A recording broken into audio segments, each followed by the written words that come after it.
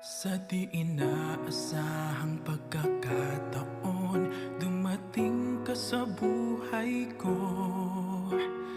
Di ko akalaing magkakasundo tayo.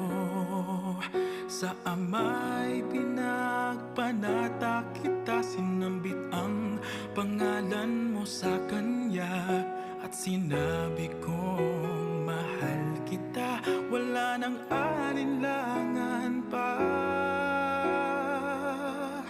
Ikaw ang hiling sa ating Ama, ikaw lang ang iibigin tuwi na handang magtiis at maghintay. At sa tamang panahon, basbas at ibig ay